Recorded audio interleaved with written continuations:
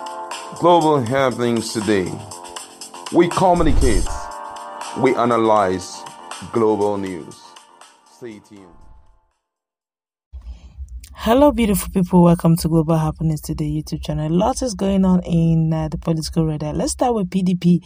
It looks like Atiku Abubakar is now at a crossroad as teams up, or rather people who are against Wike's team, or should I say anti-Wike's team, have been formed. I'm talking about governors against Wike has been formed, and the top of their list seems to be Obaseki, a southern governor, and Diri, funny enough, is also part of the anti-Wike team. Fentiri, Isiako, all of them are teaming up against Wike and their group PDP governors. They've actually threatened Atiku that if he dances to the tune of Wike, then they may likely stop supporting him. I tell you, politics is really one psychological game. While at it, it looks like the likes of Tinubu's team, Tinubu's media have decided to clarify the slip of tongue against El-Rufai. Talk about damage control. You're going to get the full details on what they intend to say or what they said. I wonder how they will actually do this damage control. And of course, some hours ago, Atiku Abubakar made some statement. It looks like a group of lawyers have given Atiku 24 hours to withdraw his statement. And this is what they have given him as conditions. My brother, my sisters, this is politics. But let's start with the clarifications made by Tinubu's team over the rotten situation by situation saga, where the campaign team of Asiwaju Bola Tinubu, presidential candidate of the All Progressive Congress, says the public blunder he made on Saturday in Kaduna was a slip of tongue. Bola Tinubu, who was one of the guests at Kaduna State Investment Summit, had hailed Governor El-Rufai for his political acumen and developmental strides. APC presidential candidate appealing to El-Rufai not to pursue his PhD at the end of his 2-year terms next year had mistakenly said the governor turned a rotten situation to a bad one. Tinubu has said, "I am openly begging Governor El-Rufai not to run away for additional degrees like PhD or others. The educated derelicts, you are not going to let you run away. Your vision, your creativity, and resilience in turning a rotten situation to a bad one are necessary at this critical time, and that is why we are here." And of course, the likes of Kenneth Okonkwo have decided to react to this. He said, "Look, Bola Tinubu has lost the mental capacity to govern a sick country like Nigeria. He will simply turn Nigeria's rotten situation by APC to a bad one. Please vote wisely. Come 2023. May God deliver us from Bola Tinubu and Atiku Abubakar." And this is coming from a media person of Labour Party. I'm talking about Kenneth Okonkwo. People have been talking, people have been reacting, but this is really the campaign damage control they made. He said, however, responding to the statement by Ononoga, Director Media and Publicity Secretary, Tinubu Shetima Presidential Campaign Council, said the issue was blown out of proportion because it's a political season. At the Kaduna State Investment Summit, All Progressive Congress presidential candidate Asiwaju Bola Ahmed Tinubu, while commending Governor El-Rufai for his transformational leadership in the statement, has slip of tongue that is common to every human being and even great leaders.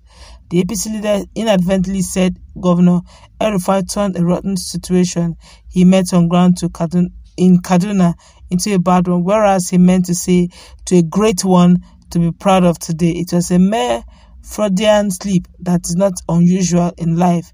Even among leaders of nations, we recognize we're in political season where everything is lynched on for deliberate distortion and twisted mischief. While mischief makers went so low, we noted that the audience at kaduinvest 7.0 followed Asiwaju Tinubu with rapt attention and knew he only had a slip. We can only tell mischief makers to look for better and productive things to do with their time. My brother, that thing is beyond the slip of tongue. But let's continue. Let's find out the fate of Atiku Abubakar. Alright, for Atiku Abubakar, this is what the lawyers gave him: 24 hours ultimatum to get this done. The League of Patriotic Lawyers has given the presidential candidate of the People's Democratic Party, Alhaji Abubakar Atiku, an ultimatum of 24 hours to withdraw his provocating statement that only the North can be able to rule Nigeria, not the Igbos or the Yorubas. The statement reads in part. The group statement reads, "We are calling on the former vice president to refute or withdraw the highly controversial statement that only the North and not the Yoruba or Igbo can win the presidency. The refusal should be done within 24 hours or he faces the rage of Nigerians across the country who are armed with a democratic weapon called the PVCs." Wow. The North also have PVC if you want to go by that. Of course, a lot of people have decided to react to this. Let's take this in no particular order. This one here says, whether he withdraws the statement or not, what is written has been written and what has been said has been said. Another person here says, this Atiku Abubakar, whom Dino Malaya presented to the Nigerians as a unifier, the man have introduced himself as a dangerous tribal bigot. If indeed Dino Malaya has any conscience, he would have resigned from Atiku campaign by now. And that person says, yet you people fought Wike for sticking to his gun, for insisting that PDP power structure must not be exclusively Northerners. Yes, Atiku is right. Withdraw what, please. Nigeria Bar Association love you very well. Let them advise this way. Nigeria lawyers, thank you so much for your advice. Wow. And the person here says, these are the so-called politicians, selfish leaders. Tell me what good will come out of this kind of leaders. This is just arrogant words. Well, that's another thing to look at. But some other Nigerians also have also decided to react also because it's both ways. Also to Atiku, some of them said, "Chai, turning rotten situation into a bad one reminds me of I would take Nigeria from top to bottom."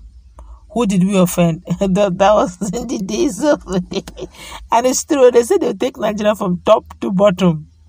And they did take Nigeria from top to bottom.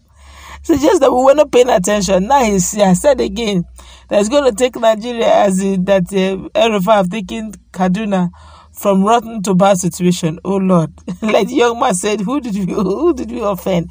Okay, but let's look at this. Nigerians, honestly, they're having a few days right here. But let's look at the conditions really. We can't take it away. Whether you call him a unifier or not, it's not in packaging someone. We have been packaging bad products for a long while. At the end of the day, Nigerians are the one that pay for it.